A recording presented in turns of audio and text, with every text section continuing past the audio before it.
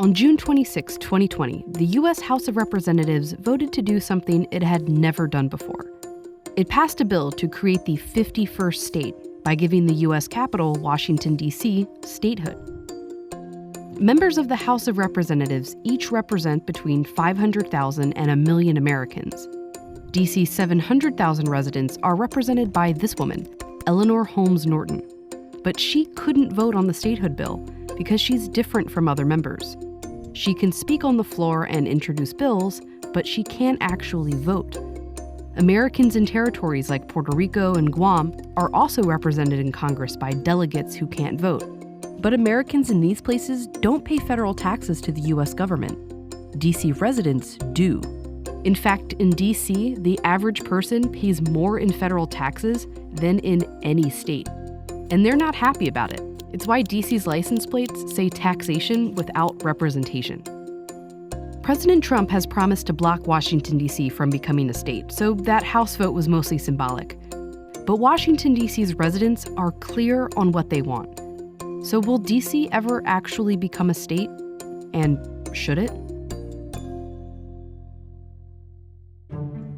In the U.S., the federal government is not supposed to be based in a state. The Constitution says it should be in a neutral federal district, what today is called the District of Columbia. But since the founding of the country, the district has grown into a major city. For most of its existence as a city, the district has been under the control of the United States Congress. Starting in the 1960s, Congress made some concessions to D.C.'s calls for representation. It granted them electoral college votes for presidential elections, a non-voting member in Congress, and finally, the right to elect their own local government. But because Congress still completely controls their budget, they often undermine D.C.'s local government, which is another major reason D.C. residents want statehood. Like most cities in the United States, it is a progressive city, and so its laws conflict in some measure with that of conservative Republicans. That's understating it a little. In the 2016 election, Trump only got a whopping 4% of the vote in D.C. Congress has kept D.C. from using their local tax dollars on things like abortion services or needle exchange programs to reduce HIV/AIDS. They've tried to undercut D.C.'s gun laws and same-sex marriage benefits, and they stopped the city from legalizing marijuana. There are issues in the country that are very controversial that Republicans can't do anything about, so they use the district as a prop. Holmes Norton's plan would turn most of the District of Columbia into a new state called the Douglas Commonwealth. There would still be a federal district around the actual government buildings, but the remaining 66 square miles of neighborhoods would become the newest, smallest state. But it would still have a larger population than 2 states, and would be about the same size as 4 others. So what's the holdup? Well, representatives from other states have lots of reasons.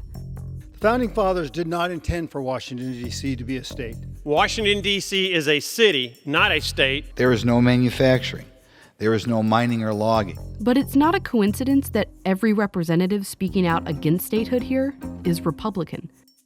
Statehood would give D.C. and most likely the Democratic Party 1 more vote in the House of Representatives and 2 more votes in the Senate, which means the actual obstacle to statehood is politics. Indeed, always, statehood is a political question. In the decades after the U.S. was founded, new states were regularly added, and without much issue, until 1818, when Missouri wanted to become a new state. At that time, power in Congress was evenly balanced between states that allowed slavery and states that didn't. Missouri, which would become a slave state, would tip that balance, which representatives of the free states didn't want. So Congress came up with a compromise. Missouri would be added at the same time as Maine, a free state, a pair to keep the political balance. After that, states were mostly added in pairs. Arkansas, a slave state, with Michigan, a free state. Florida, a slave state, with Iowa, a free state. Texas, a slave state, with Wisconsin, a free state. And that system has also been used to keep the balance between the political parties, most recently in 1959, with the addition of Hawaii, which leaned Republican at the time, and Alaska, which leaned Democratic. Right now, Democrats control one house of Congress, but Republicans control the other one, as well as the presidency. And as long as that's the case, D.C. is unlikely to become a state on its own. It would certainly be easier if there were some ready jurisdiction to be made a state that was a Republican jurisdiction. The last time the House voted on D.C. statehood was in 1993, when Democrats had an even bigger majority than they do today. The bill still failed, with more than 100 Democrats voting no. 2020 is turning out to be different. Coronavirus begins to take a toll on the U.S. economy. More than 6 million Americans filed jobless claims. In March, as millions lost their jobs, Congress passed a coronavirus relief bill, giving each state at least $1 billion. But D.C., which is usually treated like a state in most congressional funding, was instead treated as a U.S. territory and got less than half that. Being treated like a territory is shocking, it's infuriating.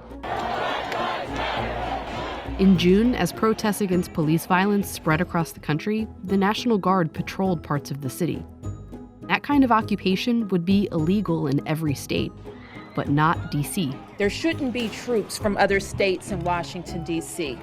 The last several days demonstrate that our fight for statehood is also about our right to autonomy. It's time for statehood to come to Washington, D.C. We've seen in very painful and frankly violent terms what the lack of statehood can bring to the residents of the District of Columbia.